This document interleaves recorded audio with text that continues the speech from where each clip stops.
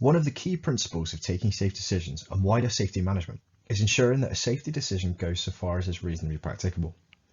There are several sources of information on how to undertake a cost-benefit analysis in support of this. One such tool that we offer here at RSSB is the Taking Safe Decisions Analysis tool. As the name implies, the tool is based on the Taking Safe Decisions framework, which can be found on the RSSB website.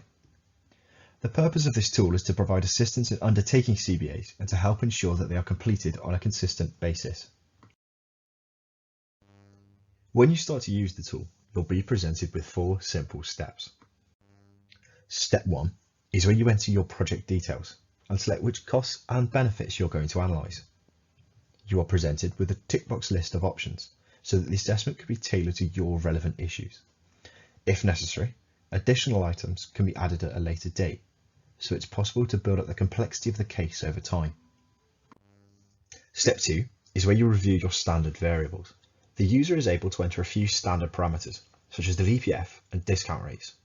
These will default to the latest values available, and as mentioned before, the tool is based on the current value for preventing a fatality, which is available on the RSSB website. Step 3. This is where you enter your safety benefits and costs. The user enters the estimated costs and benefits for each of the items selected in Step 1. These inputs are completed on an annual basis, and it's important to note the units required for the different inputs.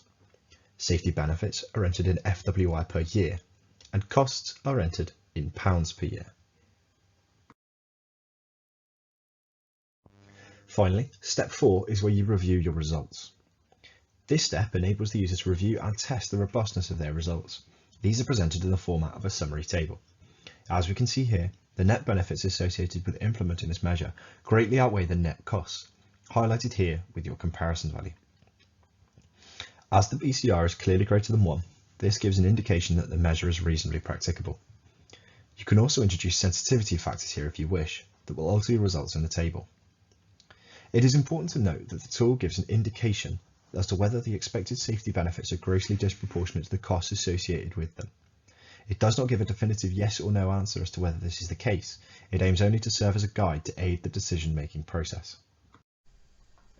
To access the tool, please go to rssb.co.uk and from the homepage navigate to Safety and Health and then down to the Real Risk Toolkit. Here you will find a link to the Taking Safe Decisions Analysis tool. Alternatively, you can follow the link at the bottom of your screen.